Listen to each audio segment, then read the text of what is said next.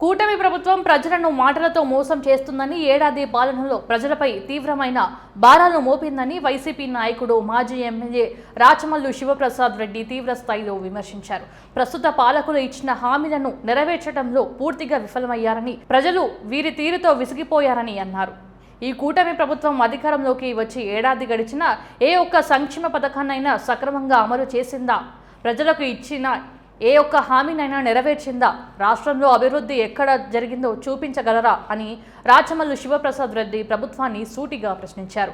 అన్ని రకాల ఛార్జీలు పెంచి పేద మధ్యతరగతి ప్రజల నడ్డి విరుస్తున్నారని ఆయన ధ్వజమెత్తారు.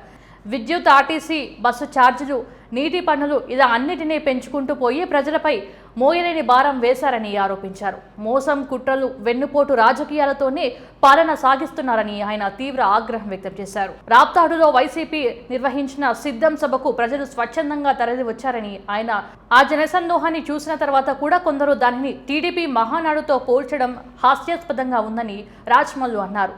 మేము నిర్వహించిన సభలకు ప్రజలు మనస్ఫూర్తిగా వచ్చారు, కానీ టీడీపీ మహానాడుకు మాత్రం జనాలను భయపెట్టి బెదిరించి తరలించారు. ఇది ప్రజాస్వామ్యమా అంటూ ఆయన నిలదీశారు.